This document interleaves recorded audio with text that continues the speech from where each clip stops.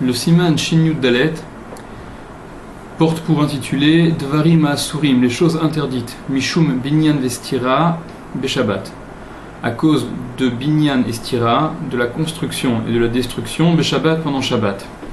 La construction et la destruction comptent les deux au nombre des 39 Melachot, travaux interdits pendant Shabbat. Ces deux interdits sont donc énumérés dans la Mishnah d'Afaïn Gimel, Amoud Aleph, dans Shabbat. Et bien que dans la Mishnah, au sujet de la destruction, il ne soit pas précisé qu'on est chayav d'après la Torah, on est chayav minatora, lorsque l'on détruit, que si c'est al menat livnot, que si c'est à condition de construire, même si la Mishnah ne le précise pas lorsqu'elle énumère les 39 melachot, la Gemara le dit de façon explicite, plutôt d'Aflamed Aleph Amoudbet, Tosfot sur place le font remarquer. Et la construction comme la destruction sont donc des melachot qui sont déduites des travaux qui étaient nécessaires pour la construction du Mishkan. Donc il est bien évident que la construction interdite Shabbat, on l'apprend de la construction du Mishkan, et la destruction, comme Rashi le rapporte d'Aflamed Aleph Amoudbet, c'est parce que le Mishkan qui était portatif, qui était mobile, il était, avant d'être reconstruit lors des prochaines étapes, il était donc défait, on le détruisait entre guillemets, et il était défait dans l'optique d'être reconstruit par la suite. Au sujet de Binyan, au sujet de la construction, il y a différentes Gemarot qui sont différentes, les sujets qui traitent, qui touchent au Binyan, à la construction et à la stira, à la destruction, sont éparses dans le chasse. Il y a différents endroits dans différentes Gemarot, et ça a donné lieu essentiellement à deux compréhensions, à deux shitot, à deux grandes opinions essentielles sur ce dont parle la Torah lorsqu'elle évoque l'interdiction de binyan, de construction. Ce qui fait unanimité, c'est que le binyan, la construction, s'applique lorsqu'il s'agit d'immobilier, de ce qui est karka, de ce qui est donc le sol, ou de ce qui est mechoubar la karka, ou de ce qui est rattaché au sol, ce qui est lié au sol, qui a donc un statut d'immobilier. Par contre, au sujet de ce qui est mobilier, c'est-à-dire des kelim, des objets, il y a entre les rishonim une marloquette de fond, une discussion de fond, et on verra donc ce que le Shulchan Aruch en retient. Mais avant d'entamer le Shulchan Aruch, rapportons rapidement certaines Gemarot qui traitent donc du binyan et de la stira, de la construction et de la destruction. Le Bet Yosef, au tout début du Siman Shin Yud Dalet, rapporte des Gemarot qui disent de façon lapidaire, comme étant donc quelque chose d'absolu, En binyan vestira bakelim. Il n'y a pas de construction ou de destruction dans les kelim. C'est-à-dire que lorsque la Torah interdit la construction et la destruction, cet interdit ne porte pas sur les kelim, mais cet interdit ne s'applique que ce qui est de l'ordre du karka, michoubar la karka, c'est-à-dire de l'immobilier. Le Bet Yosef cite la Gemara dans Shabbat Daf Kufrav Bet Amoudbet, ainsi que la Gemara dans Iruvin Daf Lamed He. On pourrait rajouter également la Gemara dans Betsa Daf Kaf Bet Amoud Aleph, où dans ces différents endroits, la Gemara énonce de façon naturelle, comme étant un principe à retenir, de En binyan bekelim ve En stira bekelim. Il n'y a pas de binyan ni de stira dans les kelim. D'ailleurs, certains rishonim, dont Rashi, retiennent cet enseignement comme étant absolu, c'est-à-dire que d'après Rashi et ceux qui pensent comme Rashi, à titre d'interdit de la Torah, il n'y a jamais de binyan ou de stira dans les kelim. On ne transgresse pas l'interdit de la Torah de construire ou de détruire lorsque ça s'applique sur des objets. Ça, c'est ce que pense Rashi ainsi que d'autres rishonim. Il y a d'autres Gemarot. C'est le cas de Shabbat, Dafkouf Bet, Amoud Bet, où il y a différentes marloktot, différentes discussions entre Rav et Shmuel.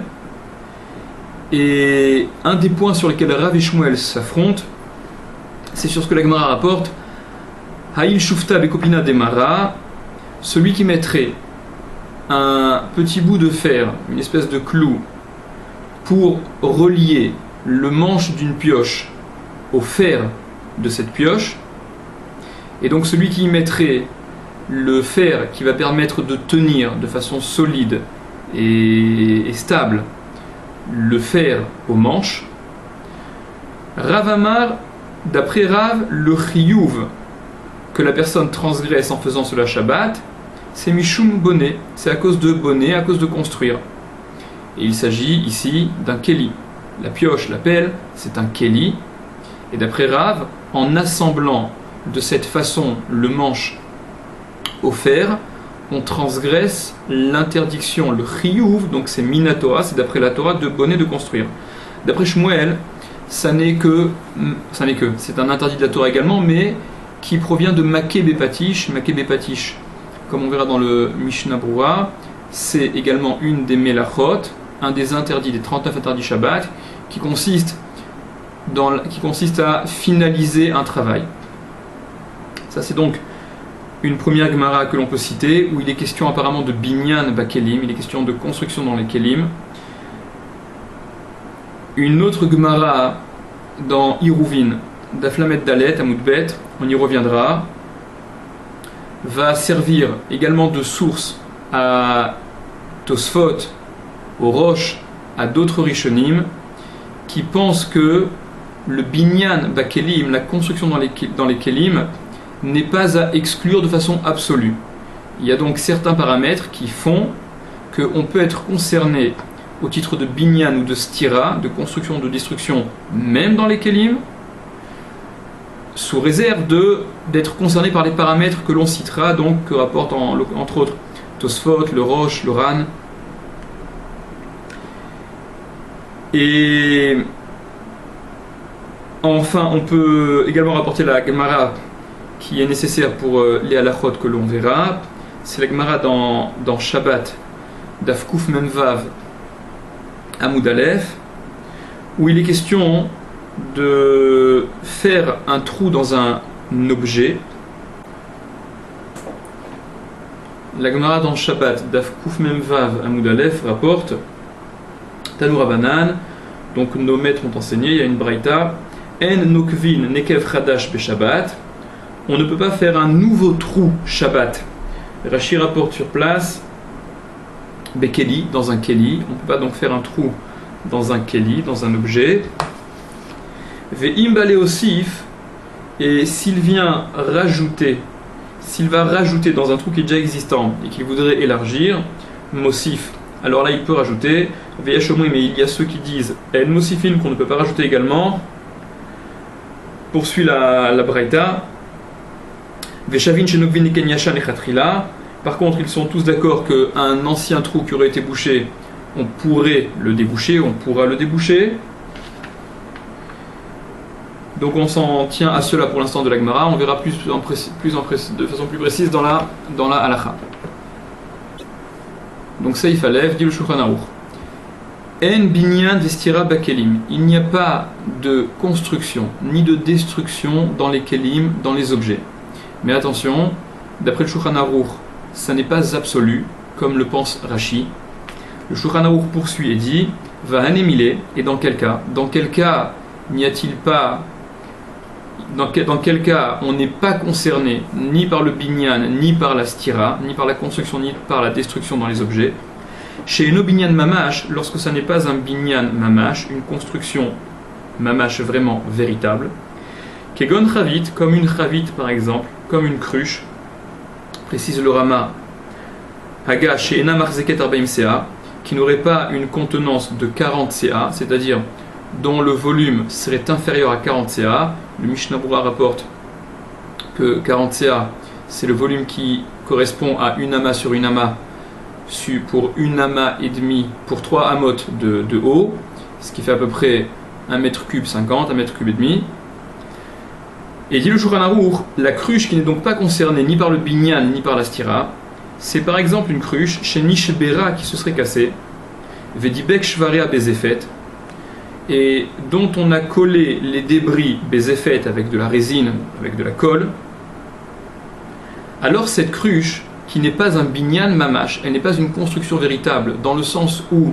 ça n'est finalement que des débris qui ont été recollés, on n'a pas un keli d'origine. Alors cette cruche, Yachol et Shabra, il peut la casser, Likar Mache Betocha, pour prendre ce qu'il y a à l'intérieur des aliments, au Bilvad, et à la condition, chez Lo Yechaven et Nakvan et Kev Yafé, qu'il n'est pas la kavana, qu'il n'est pas l'intention, les nakvan et kev yafé, de faire un trou qui soit un beau trou, c'est-à-dire qu'en cassant cette cruche, on n'est pas l'intention, la kavana, de faire une belle embouchure, une belle ouverture, chez Yéla les pétards, qui soit donc une ouverture, que l'embouchure ne soit pas faite de façon appliquée, qu'on ne cherche pas en cassant à faire une belle ouverture, des imken, parce que si c'est ainsi, avalé metaken mana, il serait metaken mana, arrangerait un objet. Et être metaken mana, arranger un objet, donc créer finalement quelque chose, en l'occurrence l'embouchure, dira le Mishnah Brura, le Mishnah Brura rapporte ce que le Taz dit, que s'il s'agit d'un trou qui sert à faire rentrer et faire sortir, quand bien même il s'agit d'un trou donc qui servirait à faire rentrer et faire sortir, on pourrait verser et y mettre, grâce à cette ouverture, un aliment ou un liquide, peu importe, même si ce trou il est fait dans une cruche qui aurait été cassée dans un premier temps et recollée, d'après le Taz, on est chayav d'après la Torah. Entre parenthèses, le Chazon Ish s'étonne sur ce Mishnah Brura. On y reviendra quand on verra le Mishnah Brura en détail. Et le terme adéquat pour un objet comme celui-là, qui a été cassé et dont on a recollé les débris, le terme adéquat, le terme qu'emploie la Gemara dans Betsa, c'est mousteki. Mousteki, Rashi explique sur place que c'est en fait le mot en arabe qui désigne justement la résine, la colle, qui permet de recoller les différents morceaux. Donc un keli, un objet qui aurait été finalement raccommodé, qui aurait été recollé, on le désigne dans la Gemara sous le terme de mousteki. Donc d'après le Taz, c'est ce que le Mishnah Brura rapporte, faire un trou qui serait à double sens, parce que le trou qui est à double sens, c'est celui sur lequel la Torah rend chayav, alors que s'il est à sens unique, s'il ne sert qu'à faire sortir ou qu'à faire rentrer, on n'est pas chayav d'après la Torah. Le Mishnah Brura rapporte au nom du Taz qu'un trou qui serait à double sens, même dans un mousteki, dans un keli comme celui-là, dans cette cruche qui aurait été raccommodée, de toute manière, on serait quand même chayav d'après la Torah. Poursuit la halakha, ava alme, imishlema, si elle est entière cette cruche. Si cette cruche c'est le keli d'origine, donc c'est l'objet d'origine qui n'a pas eu besoin d'être raccommodé, recollé, mais que c'est un binyan mamash, une cruche entière. Alors, assur les chavra, il est interdit de la casser, afilu be'inyan she'eno se keli, quand bien même, en la cassant, on n'en ferait pas un keli, on ne rendrait pas keli. Ça, cette opinion, ce que tranche le Shulchan Aruch, s'aligne sur l'opinion de Tosfot, sur ce que Tosfot explique, à savoir que,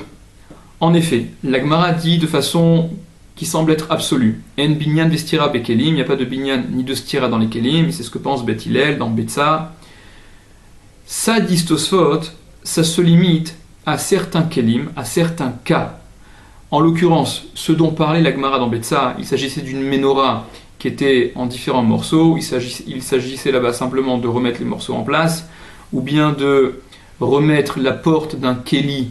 c'est-à-dire une boîte, une caisse, dont la porte se serait désemboîtée. Alors remettre cette porte, en effet, ne fait pas transgresser l'interdiction de construire, parce que c'est pas d'une construction importante qu'il s'agit. Par contre, dit Tosfot le rapporte à différentes reprises, dans Shabbat, Daf Kuf Bet Amud Bet et ailleurs, que un binyan, une construction, dans un keli, qui nécessiterait chizouk ve'omanut, qui nécessiterait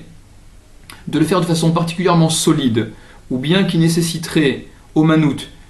un certain savoir-faire, un art, c'est-à-dire que c'est une façon professionnelle de faire, alors là, même dans les kelim, il y aurait l'interdiction de la Torah de binyan, de construction. Ce qui n'est pas le cas dans le karka, dans l'immobilier, où une construction, quelle qu'elle soit, elle rend déjà chayav à titre de binyan. Et Tosfot s'appuie sur la Gemara qu'on a citée au début, celle à propos de laquelle Rav disait que en fixant le manche d'une pioche au fer de cette pioche, en y mettant justement un bout de fer qui va tenir, qui va serrer, qui va donc tenir qui va rassembler de façon solide, bechizouk, fort, ce manche à cette pioche, d'après Rav, on était chayav au titre de bonnet, bien qu'il s'agissait là-bas d'un keli. Par conséquent, dit Tosfot,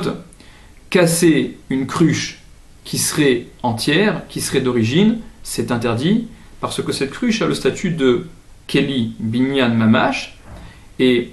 dans certains kelim, s'applique l'interdiction de binyan comme de soter. De toute façon, les deux vont ensemble. Il y a destruction là où il y a construction. Et Tosfot se servent également de la Gemara dans Iruvin, d'Aflamet Dalet Amud Bet, au sujet de la Mishnah, qui, dans le Mahalar, dans la démarche de la Gemara, il en ressort que la Gemara considère que casser une caisse dans laquelle aurait été placé le Hirouv, c'est le sujet dont il est question là-bas, en tout cas qu'il en ressortirait de la démarche de la Gemara que casser une caisse pose problème, soit interdit. Et Tosfot disent en effet, casser une caisse qui est une caisse d'origine, qui est un keli, alors c'est interdit parce que binyan et stira peuvent s'appliquer dans les kelim. Et par conséquent, Tosfot diront également, Tosfot et ceux qui pensent comme Tosfot, que la Gemara dans Shabbat, une Mishnah dans Shabbat, il y a une Mishnah la Mishnah dans Shabbat, Daf Kuf Mem Vav Amud Aleph, qui rapporte que Shover Adam et Techavit, les Chol et Menagrogrot, qu'un homme peut casser une cruche pour manger les gros grottes, les figues qui seraient à l'intérieur, cette permission de la Mishnah ne concerne qu'une cruche qui serait mousteki, qui serait justement une cruche qui aurait été cassée dans un premier temps et qu'on aurait rassemblée, dont on aurait rassemblé les débris. Ça c'est donc l'opinion de Tosfot et c'est ce que tranche le Shulchan Aruch. Entre parenthèses, le Korban Netanel pose la question sur le Shulchan Aruch, le Korban Netanel s'étonne sur le Shulchan Aruch que le Shulchan Aruch n'ait pas tranché selon le principe qu'il a lui-même donné avant de rédiger le Shulchan Aruch, que lorsqu'il y avait d'entre le Rif, le Rambam et le Rosh, deux d'entre eux qui tranchaient dans un sens, alors le Shulchan Aruch s'alignerait sur cette opinion. Parce que, en l'occurrence, le Rif, comme le Rambam, bien que certains contestent que le Rambam pense également que En Binyan Vestira Bekelim de façon absolue, en tout cas, le Rif et le Rambam, apparemment, tranchent de façon absolue, comme Rashi, qu'il n'y a pas de Binyan ni de Stira dans les Kelim. Le Rosh retient que ça peut se poser, comme on l'a expliqué dans l'opinion de Tosfot. En tout cas, le Korban Netanel s'étonne sur le Psak, donc sur la halakha qu'a retenu le Shulchan Aruch. Poursuit le Shulchan Aruch. Va filou nekev be'alma, et même un trou, un simple trou, asur linkov ba mechadash, il est interdit de trouer mechadash de façon nouvelle, c'est-à-dire dans cette cruche, y faire un trou qui n'était pas là auparavant, il ne s'agit pas d'un trou qui aurait été bouché, donc débouché, mais faire un nouveau trou, c'est également interdit. Va filou yeshba nekev hadash, et même s'il y a un nouveau trou, même s'il y a un trou qui est déjà là en tout cas, im lehar chivo, si c'est pour l'élargir, si on voudrait l'élargir, à sourd, c'est interdit. Donc c'est donc la braïta qu'on a rapportée dans Shabbat, Kuf Mem Vav. Haga, le Rama rajoute et vient en cela expliquer l'opinion du Shulchan Aruch que élargir ce trou c'est interdit ou bilvad shit kaven nechar, seulement s'il a l'intention de cela, seulement si cet élargissement de ce trou est recherché, il est voulu. Donc c'est ce que le Rama rapporte, mais comme le Mishnah Berurah l'explique, c'est ce que le Rama rapporte pour expliquer l'opinion du Shulchan Aruch, mais le Rama lui-même ne sera pas d'accord avec cela, comme on le verra juste après. Et s'il y avait un couteau qui était planté, Merev Shabbat, donc depuis la veille de Shabbat, avant Shabbat, Bechavit, dans une cruche, Mutar leotzio veleachniso, il est permis de le faire sortir et de le faire rentrer, donc de l'enlever et de le replanter à nouveau. Chez Aré, puisque Enomit Kaven Neosif, il n'a pas la kavana, l'intention de rajouter dans ce trou, dit le Shulchan Aruch. C'est ce qu'avait précisé le Rama dans l'opinion du Shulchan Aruch. Puisque, en enlevant ce couteau qui avait été planté avant Shabbat dans une cruche, et en l'enlevant, on va fatalement élargir un peu le trou parce que il n'avait été planté qu'une fois avant Shabbat, donc en le retirant, ça va forcément élargir encore un peu, et en le replantant par la suite, ça risque également d'élargir un peu. De toute manière, c'est moutard du Shulchan Aruch, puisque on n'a pas la kavana, l'intention d'élargir. Ce à quoi le Rama rajoute, et conteste en cela l'opinion du Shulchan Aruch, Vedavka, ça c'est précisément cette possibilité de le re-rentrer pendant Shabbat, ça n'est que si, chez Otsio Gamken Pa'amachat mi Beodium, que s'il l'a sorti également, au moins une fois mi Beodium, quand il faisait encore jour, c'est-à-dire avant Shabbat. C'est-à-dire que, d'après le Rama, le couteau qui est planté dans cette cruche ne peut être sorti, dégainé de cette cruche, que si avant Shabbat il a non seulement été planté, mais également enlevé, et donc il y a été remis avant Shabbat. Donc il y a déjà eu un aller-retour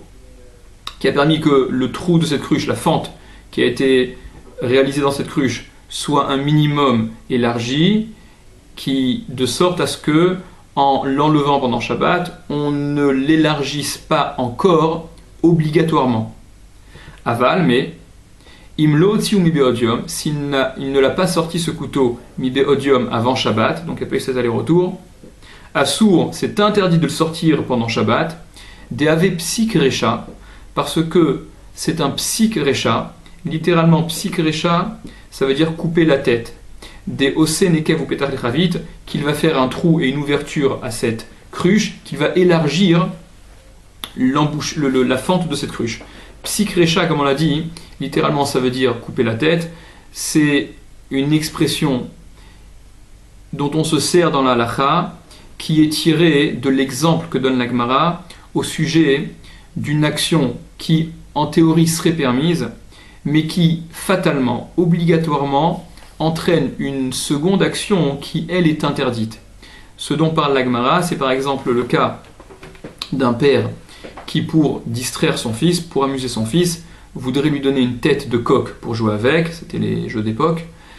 et dit la Gemara, s'il coupe la tête du coq, psikreché velo yamut, il va couper la tête du coq, mais le coq ne va pas mourir. Bien évidemment qu'en coupant cette tête, même si toute l'intention, ça n'est que de permettre au fils de jouer, ça entraîne fatalement la mort du coq. Or, tuer le coq ou faire saigner un autre animal est un interdit de Shabbat. Donc, de façon générale, lorsque la halacha veut parler d'un cas où on ferait une certaine action qui, en théorie, ne poserait pas de problème, mais qui fatalement entraînerait un interdit, on emploie cette expression-là de psik recha, de couper la tête. Et dit le Rama, si le couteau qui a été planté avant Shabbat n'a pas été également sorti au moins une fois avant Shabbat, alors on ne pourra pas l'en sortir que pendant Shabbat, parce que là, psik recha, c'est fatal, que en retirant ce couteau de la cruche, on élargisse la fente de cette cruche, et donc il y a un psik recha, on va élargir ce trou, ce qui pose problème. Et ça, c'est l'opinion, c'est ce que rapportait le Troumat Hadeshen, que le Bet Yosef citait. Et pour mieux comprendre ce point, rapportons rapidement ce que la Gemara dans Shabbat rapporte. Shmuel dit dans la Gemara d'Afnun Amoud Bet, au sujet d'un couteau qui serait planté entre des briques, donc entre des deux rangées de briques d'un mur, Shmuel dit que ce couteau, si avant Shabbat il a été justement planté, retiré et replanté, on pourra l'en retirer à nouveau pendant Shabbat, parce que comprend, explique le Troumat Hadeshen, le Mordechai, en fait le Beth Yosef rapporte le Troumat Hadeshen qui cite lui-même le Mordechai et qui permet de retirer un couteau qui aurait été planté dans une cruche. D'après le Troumat Hadeshen, le Mordechai ne permet de retirer le couteau qui a été planté de cette cruche que si, comme c'est le cas dont parle Shmuel dans la Gemara, parce que le Mordechai cite ce cas de Shmuel au sujet du couteau planté dans le mur, donc d'après le Troumat Hadeshen, le Mordechai n'aurait permis de retirer le couteau dans la cruche que si ça a également été retiré au moins une fois avant Shabbat, parce que dans le cas contraire, ce serait un psik recha, donc ce serait obligé que la fente soit élargie, et même si ce serait des lonichale, ça ne l'intéresse pas particulièrement à ce que la fente soit élargie. De toute manière, ce serait interdit. Comprend le Troumat Hadeshen, le Mordechai. Donc, et ça, c'est ce que le Rama tranche. Donc, le Rama tranche que même lorsqu'on est concerné par un psik recha, c'est-à-dire en l'occurrence, dans notre cas à nous, un trou qui va être élargi, mais qui n'est qu'un interdit des Rabbanan dans le cas en question, et que l'onichale, que ça ne l'intéresse même pas, il n'a aucun intérêt dans cela, de toute manière, c'est assour, c'est interdit. Le Beth Yosef conteste cette compréhension du Mordechai, conteste la compréhension du Troumat Hadeshen, et le Beth Yosef, parce qu'il faut voir en fait, il rapporte la suite de la Gemara, on ne va pas entrer là-dedans maintenant, mais en tout cas le Beth Yosef retient que la permission du Mordechai de retirer ce couteau qui était planté dans cette cruche s'applique même lorsque ça n'a été planté qu'une seule fois pendant Shabbat et que ça s'est donc retiré pour la première fois pendant Shabbat, parce que même si fatalement ça va élargir le trou, c'est un psik recha des Rabbanan, des lonichale, c'est un psik recha, donc c'est fatal que ça s'élargisse, mais ça n'est qu'un interdit des Rabbanan, l'élargir le trou ça n'est qu'un problème des Rabbanan, des Chachamim, pas de la Torah, et l'onichale ça ne l'intéresse pas, et dans ce cas, dit le Beth Yosef, c'est moutar, c'est permis. Le Taz, le Mishabura rapporte le Taz, et il rapporte également le Magan Avraham, et chacun dit la chose suivante. Le Taz dit que Meikar Adin, on pourrait même permettre de retirer le couteau d'un mur, même si ça n'a été planté que pour la première fois avant Shabbat dans le mur, et que ça n'a pas été retiré de ce mur, parce que là aussi, bien que ce soit de l'immobilier, apparemment un tout petit trou dans un mur qui est d'immobilier, ce serait un interdit de la Torah. Dit le Taz, dans le cas,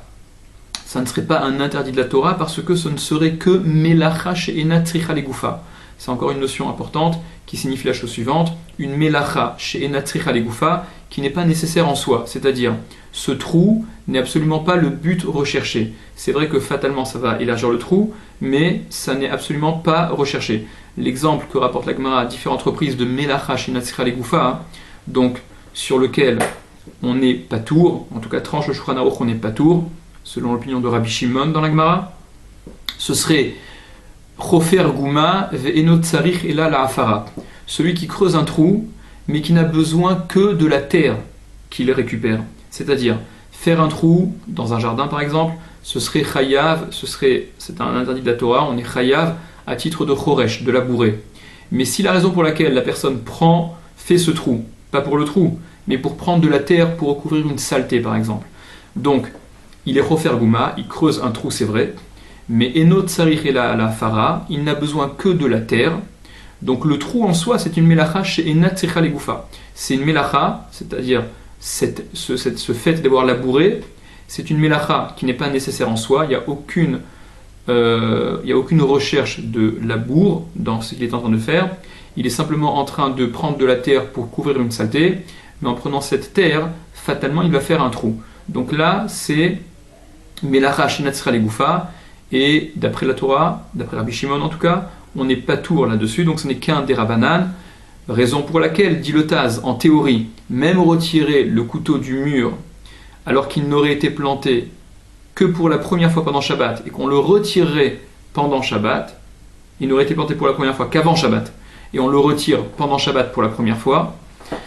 puisque c'est Melacha et Natira Legoufa, l'élargissement de ce trou, alors ça n'est qu'un dérabanan, c'est un psychréché dans un Issour dérabanan. Et par contre, on pourrait même permettre, dans ce cas-là, au niveau du din, le Taz ne permet pas, il ne permettra que de retirer d'une cruche, et encore s'il y a un Tzorer Gadol, un grand besoin. Le Magen Avraham lui dit, le Magen Avraham comprend le Trumat HaDeshen différemment, et dit que le Trumat HaDeshen permet, donc il comprend différemment du Rama en tout cas, que le Trumat HaDeshen permet Psikreché des Lonichale dans un Derabanan, comme tranche le Bet Yosef, le Shulchan Aruch, mais le Magen Avraham conteste cette opinion, comme le Mishnah Berurah le rapportera, et le Magen Avraham rajoute, comme le Taz, que d'après la Lacha, on aurait également pu retirer du mur, parce que c'est donc, comme on l'a dit, quelque chose sur laquelle il n'a pas la kavana, d'avoir chez Nomit Kaven, on n'a pas la kavana d'élargir le trou, et c'est Melacha Shina Tzricha Legoufa, une Melacha qui n'est pas nécessaire en soi, et en plus on est mécalquel, on abîme, donc des Siroufim, des cumuls de raisons qui viendraient permettre. Le Mishnah Berurah rapporte donc ces deux opinions du Taz et du Magen Avraham.